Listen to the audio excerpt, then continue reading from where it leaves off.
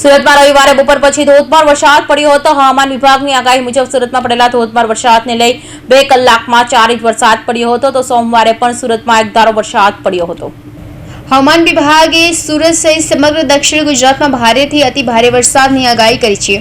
ત્યારે 21 જુલાઈએ સાંજે 5 વાગ્યા બાદ 2 કલાકમાં 4.25 ઇંચ જેટલો વરસાદ ખાબક્યો હતો, જેના પગલે શહેર પાણી થઈ ગયું હતું।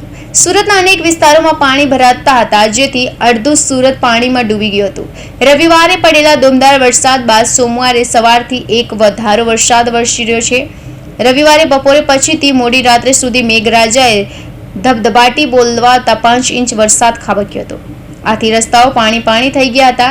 જો કે વરસાદ બંધ થવાનું નામ ન લેતો હોય તેમ આજે સવારે પણ મેઘરાજાએ અવિરત બેટિંગ શરૂ રાખી છે।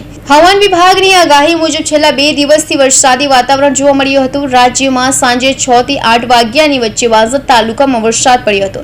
સુરતમાં 2 કલાકમાં 4 ઇંચ, નવસારીમાં 1.5 કલાકમાં 3 ઇંચ, વલસાડમાં 3.5 ઇંચ, ઉમરગામમાં 7.5 ઇંચ, તાપીમાં 4 ઇંચ, પારડીમાં 4.5 ઇંચ વરસાદ ખાબક્યો હતો। Bureau report, Hind TV news, Surat.